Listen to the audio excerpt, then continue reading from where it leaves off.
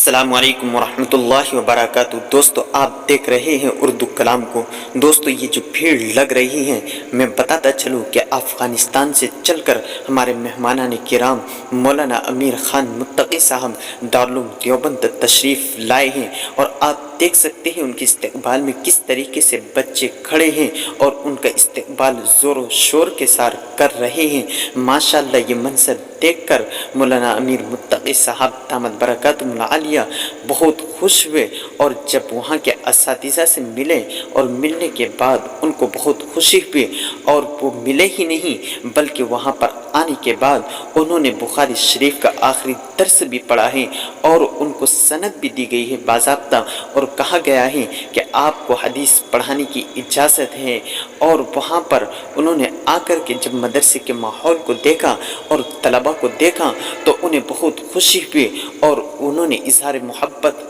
اور اپنا خیال پیش کیا، اور کہا ہے کہ دارالعلوم دیوبند کا فیض صرف ہندوستان ہی میں نہیں بلکہ پوری دنیا میں عام ہے۔ یہ دارالعلوم دیوبند ایک مدارس نہیں بلکہ مدارس کا ایک قلعہ ہے